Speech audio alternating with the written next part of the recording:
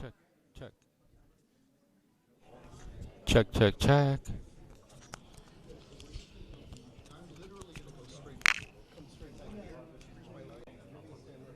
Check one, check one, check one.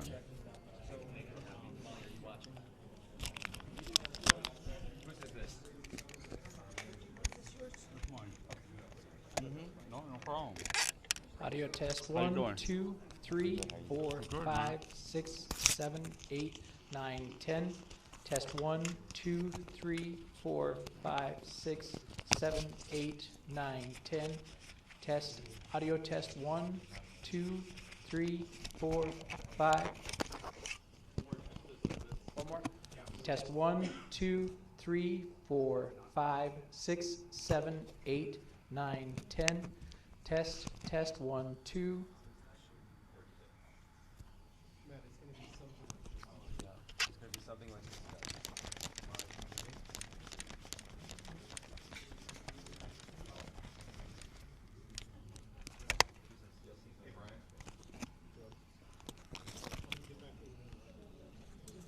Sorry, guys, just going back. It's okay. Let me just make sure that this is not. There you go.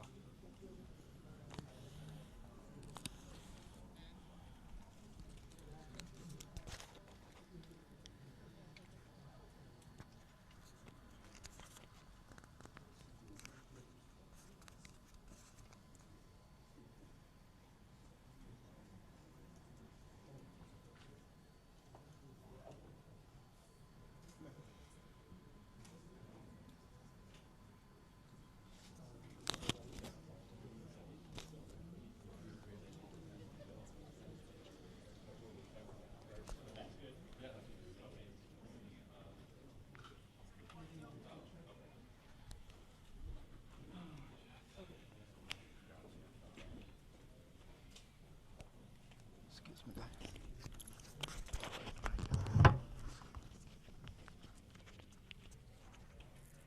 Excuse me, guys. Let me go drop this away.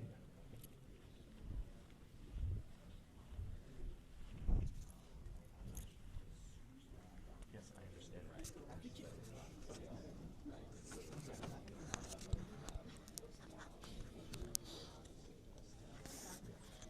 You can wear it if you want. Yeah, I was like, she's Yeah. doing it right to me for some reason.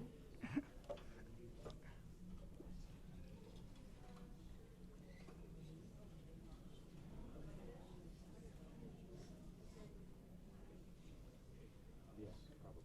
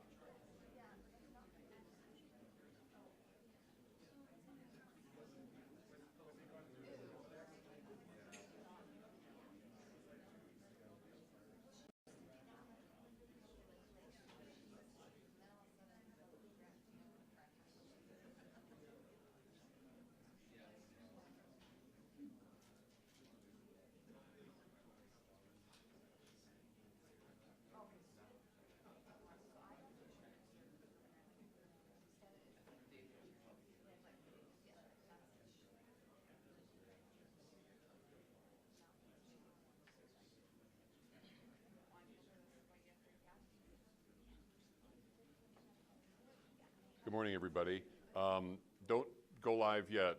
We're going to be a little bit delayed. We're in the process of not only filing the documents, but also printing them so that you have hard copies. Since it's so close to the news conference, we want to print as many as we can, and we're also going to be posting it when it is filed. But unfortunately, that means that the news conference is going to be delayed probably another 10 minutes or so. So we just ask for your patience as we continue to get that process going and completed so that we can continue and Jeff can appear before you. Again, to answer some of your initial questions, Jeff is the only one who's going to be speaking. He will take questions afterwards. He will go through the charges and list them for you, and then we'll open it up to questions, and we'll try to do it as orderly as we can. So we appreciate you being here, and we appreciate your patience as you go through this process with us. We'll be right back with you.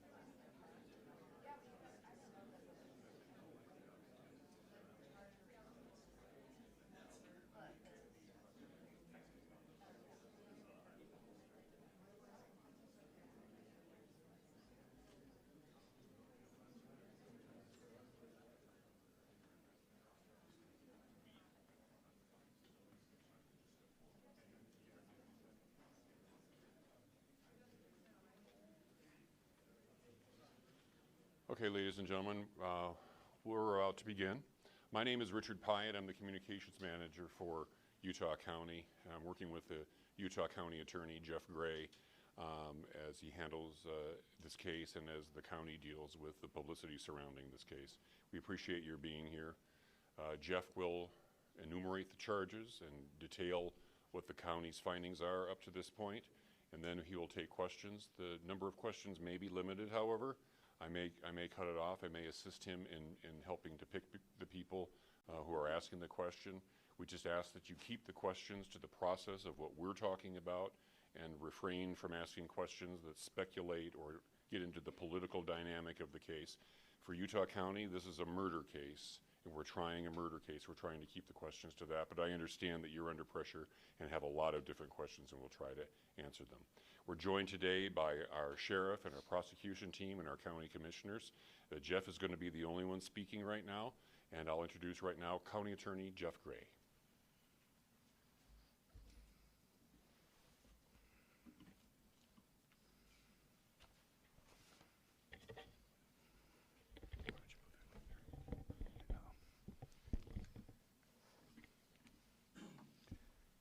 The murder of Charlie Kirk is an American tragedy. Charlie Kirk was murdered while engaging in one of our most sacred and cherished American rights, the bedrock of our democratic republic, the free exchange of ideas in a search for truth, understanding, and a more perfect union.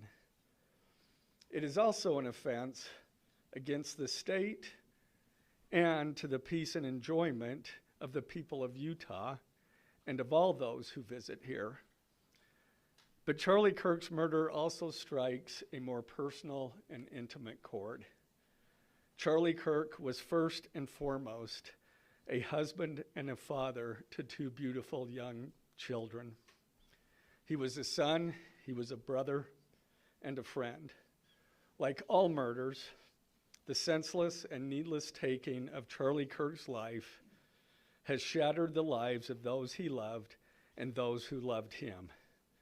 To Charlie's wife, Erica, his two young children, his parents, his family, and his friends, I express my sincere condolences and offer my heartfelt prayers on your behalf.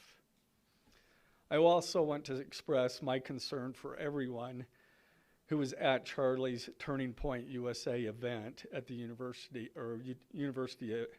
Utah Valley University, and all who have been impacted by this tragedy. As county attorney, I am charged with bringing justice to those who offend our laws. I am charged with bringing justice for those who are harmed. I am charged with bringing justice for Charlie Kirk.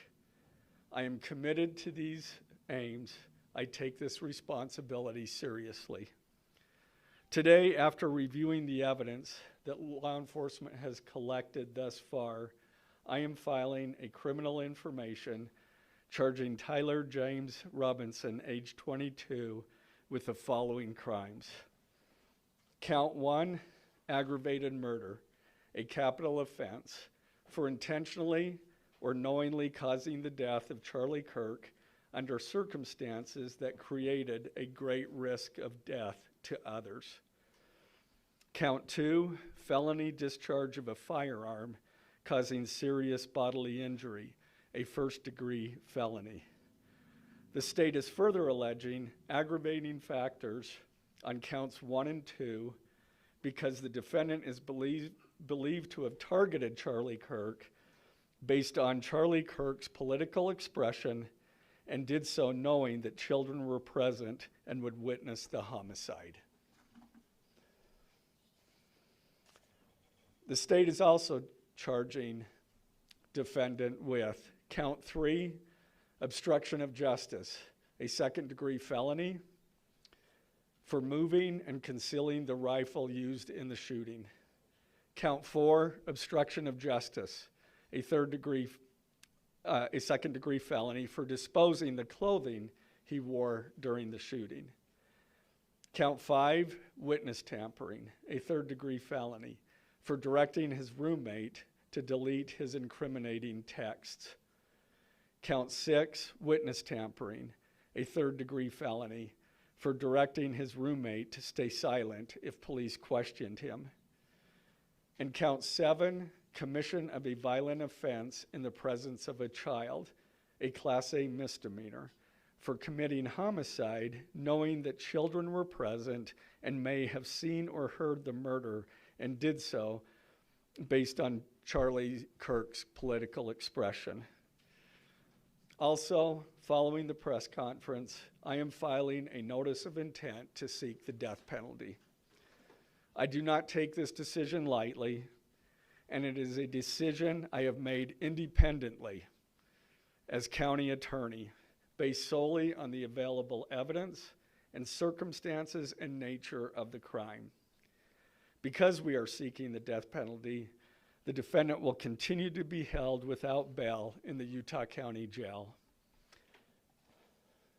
Turning to the 10-page information, these are the allegations. On September 10th, 2025, at approximately 12:23 p.m., Charlie Kirk was shot and killed while speaking to a large crowd on the campus of Utah Valley University in Orem, Utah. Police found the suspected murder weapon, a bolt-action .30-06 rifle, nearby. Over the next approximately 33 hours, police conducted a manhunt for the shooter until the evening of September 11th, 2025, when Tyler James Robinson surrendered to police at the Washington County Sheriff's Office. DNA consistent with Robinson was found on the rifle's trigger. After shooting Mr. Kirk, Robinson hid the gun, discarded the clothing he wore when he fired the rifle, and told his roommate to delete incriminating text messages and not talk to police. Children were present at the time of the shooting. The shooting. Turning Point USA, a nonprofit organization founded in 2012 by Charlie Kirk, organized a public outdoor event to be held at noon on September 10th, 2025 at UVU. The event was the first in a series of similar events to be held at college campuses nationwide. Mr. Kirk is a well-known conservative activist, famous for these type of events, where he discusses various political issues and debates with audience members. His events and comments have garnered a significant number of supporters and drawn the ire of many who disagree with his political views. The event at UVU was announced far in advance and garnered significant publicity and interest. Consequently, several hundred people attended. Mr. Kirk was interacting with the crowd before the event officially got underway. Then, at approximately noon, Mr. Kirk seated himself under a portable canopy behind a table and microphone. He began speaking to the crowd and fielding questions from attendees, a format Mr. Kirk commonly used at his events. Mr. Kirk allowed his questioners to approach a microphone positioned directly in front of him. Mr. Kirk's team members were very close to him on his right and left, as well as some behind his canopy and others at various close locations near him. The large crowd surrounded Mr. Kirk on three sides. Temporary metal fencing separated attendees from Mr. Kirk by only a matter of feet. Directly above and behind Mr. Kirk was the UVU Hall of Flags, an indoor walkway spanning several hundred feet with floor-to-ceiling glass windows which overlooked the plaza where Mr. Kirk was seated. People were in the walkway at the time of the shooting. Approximately 15 minutes into the event, Mr. Kirk was answering a question about mass shootings by transgender individuals when a gunshot rang out. The bullet struck Mr. Kirk in the neck. He slumped to the ground almost immediately. The bullet's trajectory passed closely to several other individuals beside Mr. Kirk, including the questioner who was standing directly in front of Mr. Kirk. Children were visible near Mr. Kirk's stage when he was shot. Mr. Kirk was rushed to a nearby hospital where he was declared deceased. The medical examiner's report is still pending. So UVU surveillance. So at the moment of the shot, a UVU police officer was watching the crowd from an elevated vantage point. As soon as he heard the shot, he began to scan the area for threats. Believing the shot came from a rifle because of its sound, he looked for potential sniper positions. He noted a roof area approximately 160 yards away from Mr. Kirk as a potential shooting position and rushed there to look for evidence. The suspected shooting position is adjacent to an open, publicly accessible walkway. To access the suspected location, a person must climb over a railing and then drop to the roof only slightly below. The UV officer climbed over the railing and down onto the roof. He then walked to the suspected shooting position and confirmed a clear shooting corridor between the position and Mr. Kirk's seat. He also noticed markings in the gravel rooftop, consistent with a sniper having lain on the roof, impressions in the gravel potentially left by the elbows, knees, and feet of a person in a prone shooting position. Police reviewed surveillance from the camera covering the roof and discovered that it recorded an individual dressed in dark clothing cross the railing from the public walkway and drop onto the roof at approximately 12:15 p.m.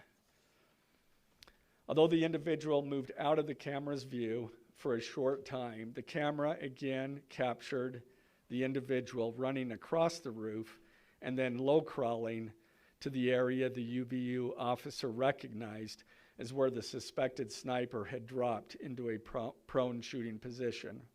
After a short time, which matches the known time of the shot, the individual arose and ran across the roof to the northeast. This discovery led to an intensive review of UVU surveillance recordings to attempt to track and identify the suspect. Surveillance revealed the following. At approximately 11:51 a.m., the suspect entered campus from the north.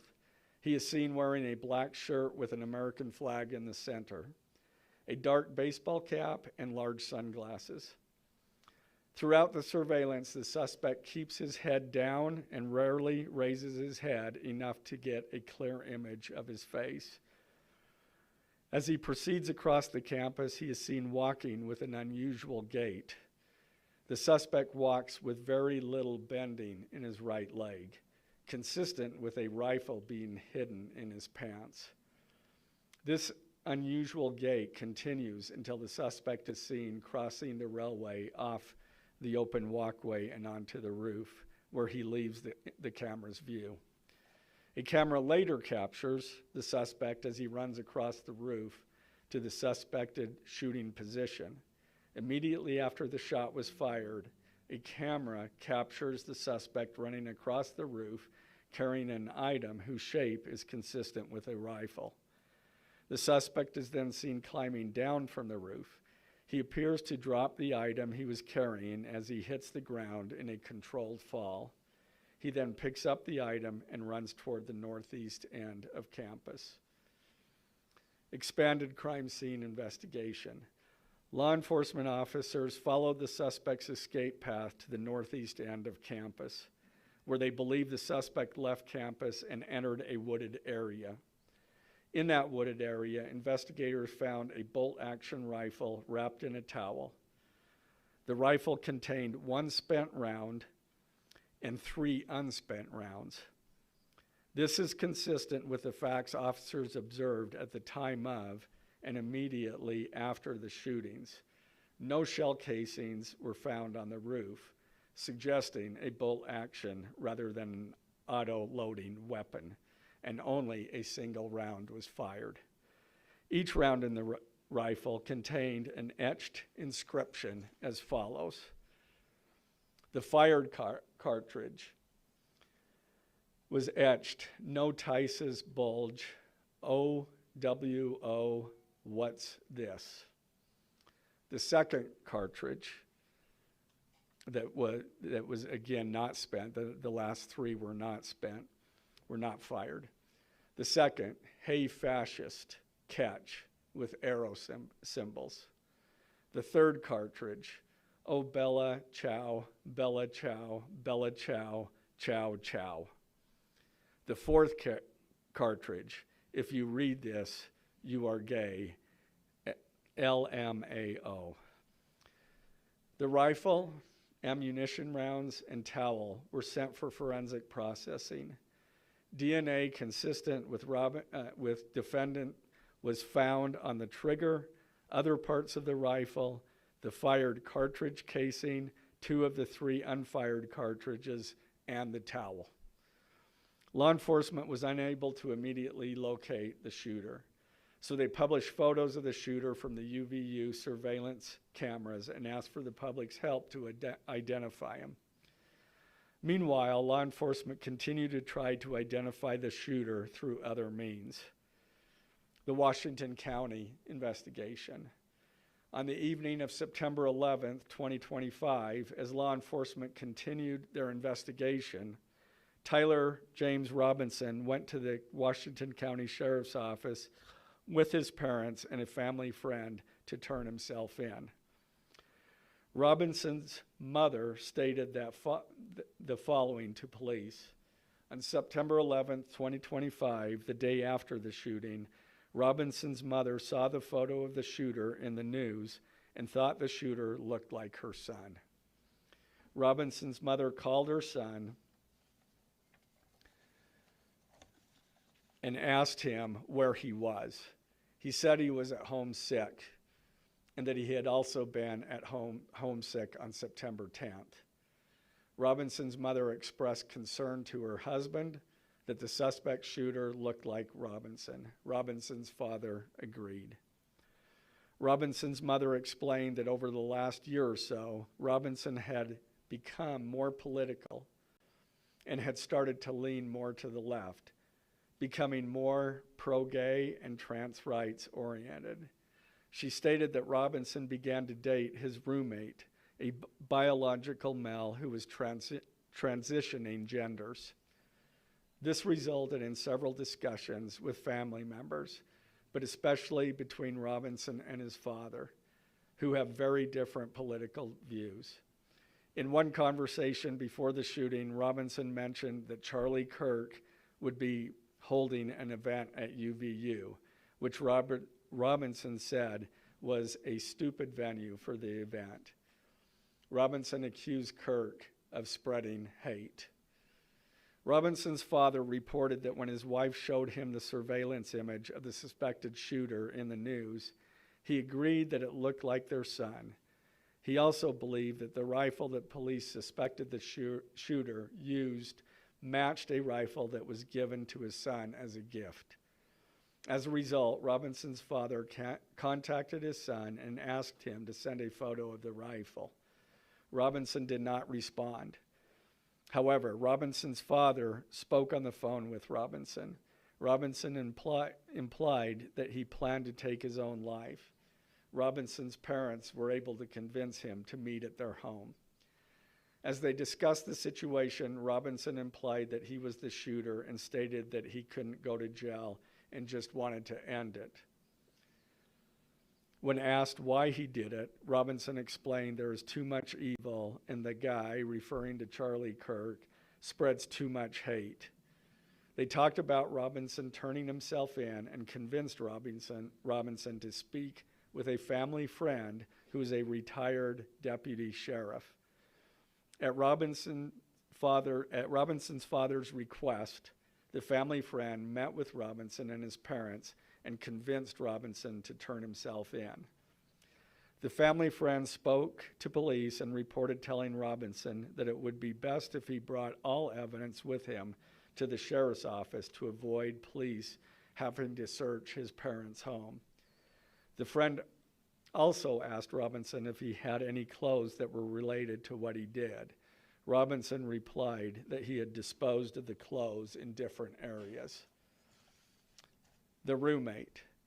Police interviewed Robinson's roommate, a biological male who was involved in a romantic relationship with Robinson.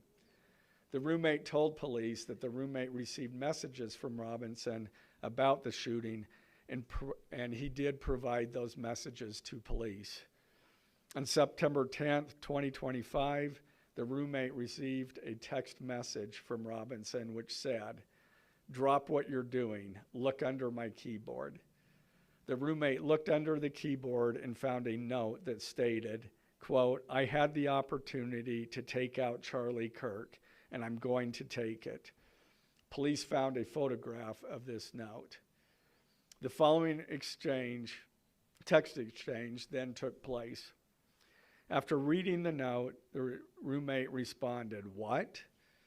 You're joking, right?" Robinson, "I am still okay, my love, but am stuck in Orem for a little while longer yet. Shouldn't be long until I can come home, but I gotta grab my rifle still. To be honest, I had hoped to keep this secret till I died of old age. I am sorry to involve you." Roommate, "You weren't the one who did it, right?" Robinson, I am. I'm sorry." Roommate, "I thought they caught the person." Robinson, "No, they grabbed some crazy old dude, then interrogated someone in similar clothing. I had planned to grab my rifle from my drop point shortly after, but most of that side of town got locked down. It's quiet, almost enough to get out, but there's one vehicle lingering." Roommate, "Why?" Robinson, "Why did I do it?" Roommate, "Yeah." Robinson, "I had enough of his hatred. Some hate can't be negotiated out. If I am able to grab my rifle unseen, I will have left no evidence. Going to attempt to retrieve it again. Hopefully they have moved on. I haven't seen anything about them finding it." Roommate, "How long have you been planning this?" Robinson, "A bit over a week, I believe. I can get close to it, but there is a squad car parked right by it. I think they already swept that spot, but I don't want to chance it." Robinson again, "I'm wishing I had circled back and grabbed it as soon as I got to my vehicle. I'm worried what my old man would do if I didn't bring back Grandpa's rifle. IDEK if it's had a serial number, but it wouldn't trace to me. I worry about prints. I had to leave it in a bush where I changed outfits. Didn't have the ability or time to bring it with. I might have to abandon it and hope they don't find prints. How the F will I explain losing it to my old man? Only thing I left was the rifle wrapped in a towel. Remember how I was engraving bullets? The F in messages are mostly a big meme. If I see notice bulge UWU on Fox News, I might have a stroke all right. I'm gonna have to leave it. That really effing sucks. Judging from today, I'd say Grandpa's gun does just fine, IDK. I think that was a $2K scope. Wink, wink. Robinson again, delete this exchange. Again, Robinson, my dad wants photos of the rifle. He says Grandpa wants to know who has what. The feds released a photo of the rifle, and it is very unique. He's calling me, RN, not answering. Robinson, since Trump got into office, my dad has been pretty diehard MAGA. Robinson, I'm going to turn myself in willingly. One of my neighbors here is a deputy for the sheriff. Again, you are all I worry about, love. That came from Robinson. Roommate, I'm much more worried about you. Robinson, don't talk to the media, please. Don't take any interviews or make any comments. If any police ask you questions, ask for a lawyer and stay silent. The search for Robinson's residence. Police executed a search warrant on Robinson's residence. During that search, police discovered a shell casing with etchings like the etchings found on the shells in the rifle near UVU. Police also found several target boards with bullet holes in Robinson's home. Now, as I stated in the beginning, when I read those allegations, these are allegations. And like the evidence set forth in this statement, those allegations, what you've heard from the media, even from state and federal officials, has not been tested in the crucible of a jury trial. I understand the public's desire to know the facts. My own family members have pressed me for information. Why are we reluctant to share the details of the investigation itself and comment on the case? Because I want to ensure a fair and impartial trial. I became a prosecutor because of my love for the ideals of this great country and the principles embedded in our Constitution. The free exchange of ideas and opinions is critical to this great American experiment, but so too are the protections afforded to the accused found in the Fifth and Sixth Amendments. The right against self-incrimination, the right to a speedy and public trial, the right to the effective assistance of counsel, the right to confront one's accusers, and the right to compel the attendance of witnesses. And perhaps most importantly, under our Constitution, the accused is presumed innocent until we, the state, prove to an impartial jury of defendant's peers his guilt beyond a reasonable doubt. That jury cannot rely on our allegations, on what they hear in the news, or on what they hear from a public official. The jury is the sole trier of fact, and they will ultimately determine those facts based on evidence a trial judge has determined is admissible. Again, as prosecutors, we bear the burden to prove guilt beyond a reasonable doubt. But make no mistake, we welcome this burden. I'd like to now introduce my trial team who will be charged with prosecuting the case. This is a veteran and expert team of some of the state's best trial attorneys. Chad Grunander, who is one of my two chief deputies, Ryan McBride and David Sturgill on the far right there. And those two were very much involved in preparing search warrants, did a phenomenal job, worked day and night to see that accomplished well after Robinson was taken into custody. Also, Lauren Hunt, she is one of our special victims prosecutors, and Chris Ballard, my second chief deputy, who will be handling motions. I'm going to explain just the procedural steps. We're not we don't have a grand jury system like the federal courts do. It's a preliminary hearing system. So the arrest and filing of the criminal information are merely the first steps in the criminal justice process. Today at 3 p.m., the defendant will appear before a judge in the Utah 4th District Court for his first appearance to be informed of these charges and to ensure that he has an attorney to represent him. The hearing will be brief. The judge will conduct that first appearance virtually via WebEx. This is not unusual. In the 4th District, all felony first appearances for defendants who are in custody are held virtually. A link to that hearing is available for media on the Utah State Courts X account at Utah State Courts. Now, following defendant's first appearance, he will be entitled to a preliminary hearing. At that hearing, the state will be required to show probable cause that defendant committed the crimes. The purpose of the preliminary hearing is not to determine guilt, but simply to assure the court that the prosecution has enough evidence to proceed to trial. If a judge finds probable cause and binds the case over for trial, an arraignment hearing will be held. At that hearing, a judge will again inform defendant of the charges against him and require him to enter a plea to each charge. The next step following the arraignment is an opportunity for the parties to file any relevant motions and then ultimately the trial itself. This case has generated a tremendous amount of interest across our nation and even the world.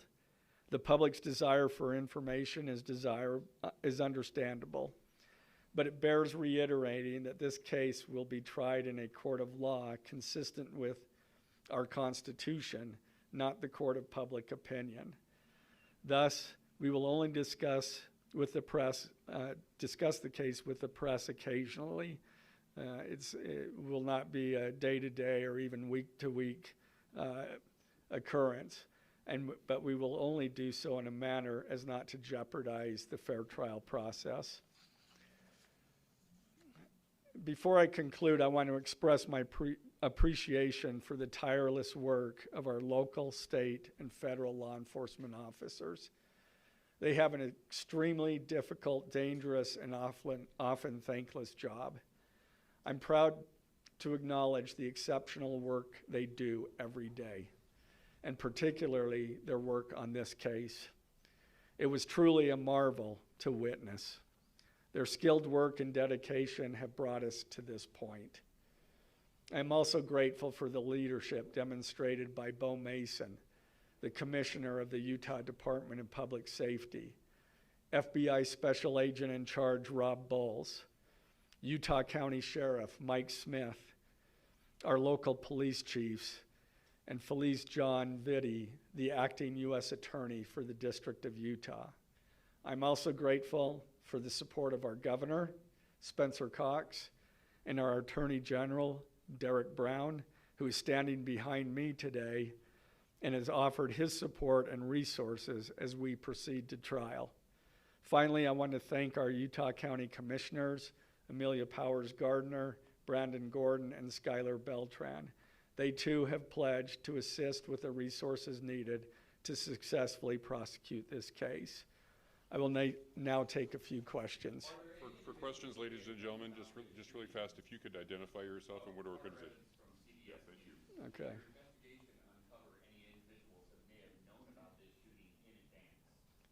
They are still looking into it. It's an undergoing investigation. So is that a possibility? They haven't ruled that out. Ed Lavanero with CNN, the text message that the exchange with the roommate, can you kind of give us a sense of, did that happen over several hours? Did it happen before? I don't have that information. Emily Anderson, Stars and Solid Tribune. I know, acknowledging that you made this decision to pursue the death penalty independently, did you hear at all from the Trump administration or Governor Cox's administration as you were working on these charges? I talked to officials from both administrations, but I was not pressured to make a decision. I understood their feelings on it because it was in the news, but we didn't really discuss that. Mr. Gray, Gary Tenney with Fox News. Do you have any indication that transgender issues played a role in the motivations for this shooter? I'm going to stick to what I just stated in my public, in our information. I think that is pretty much set forth there.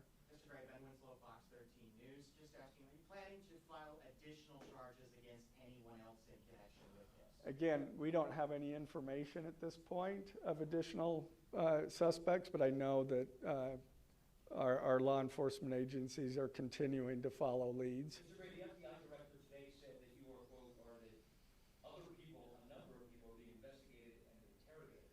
So it seems that there are people who like to be Yeah, I'm not, Do you believe that the suspect was a lone wolf, or could this be part of a? I can't comment on that. I'm not aware of all their investigation. I just know that these agencies are continuing to investigate this case and follow all leads. Dennis O'Keefe with BBC News. Would like to know, how does this possibly interface with any federal charges? That's up to the feds. They have different charges, and they're reviewing the evidence. And after they review the evidence and the law, they could file charges, but I'm not privy to exactly what they're looking at. Dennis O'Keefe with the BBC. You spoke a lot about text messages with the roommate. The governor previously said the roommate is cooperating, but could we see charges against the roommate? Again, I'm not prepared to answer that question.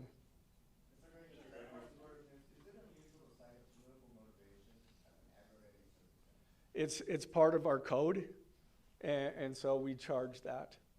For those that aren't of a legal mind, is this a confession to text messages? Is that legally a confession? And is he cooperating since he's been taken into custody? Ultimately, a judge will determine that at trial. And cooperation, has he spoken at all? Has he been cooperating? Since he's turned Again, I'm not going to comment on that. Any statements at all? Okay? What would you tell us about the suspect's time online that some say radicalized him? I am not aware of that information. It's, again, still under investigation. And has he expressed any remorse so far about this? I am not going to comment on that. Is he continuing to not cooperate? I am not going to comment on that. Mr. Brayden, FBI director has been way out in front in terms of presenting evidence to the public. Your team has been very circumspect, very measured in what they let out. Does that hamper your investigation and the build-up to this? Well, as attorneys, we typically like to control that information to preserve an impartial jury and a fair trial. Excuse me? I don't have that information. Can you tell us more about what the family may have said in interviews? Um, His mother? What the family said is what I provided. Do you anticipate that the defense will try to get this trial moved out of Utah County, and how will you respond to that? That from where? From Utah County. That the defense will be from Utah County? Well, that they will try to get the trial moved to different locations. I couldn't predict what they're going to do. You say for me, this just the timing of the shot and the question that was asked about mass shooting transgender, is that more than coincidence? That will be for a jury to decide. Mr. Gray, are you confident that the roommate had no part of this attack whatsoever? Again, I'm not going to comment on the evidence. But the evidence so far, does it show any involvement? Again, I'm not going to comment on other than the facts that or the evidence that we've gathered so far.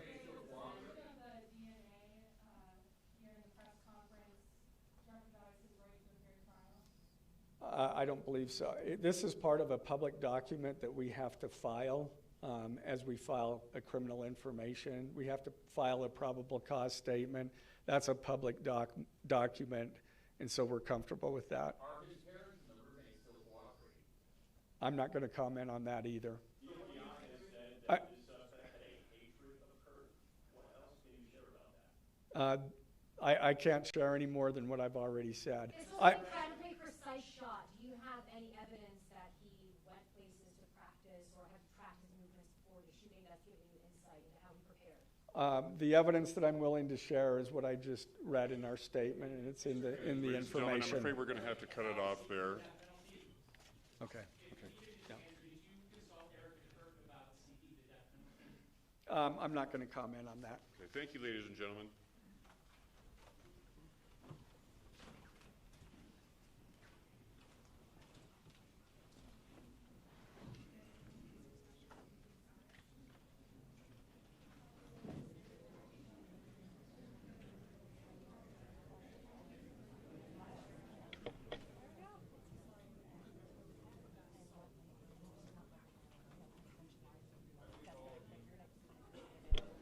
I think all of you know that the charges will be available online.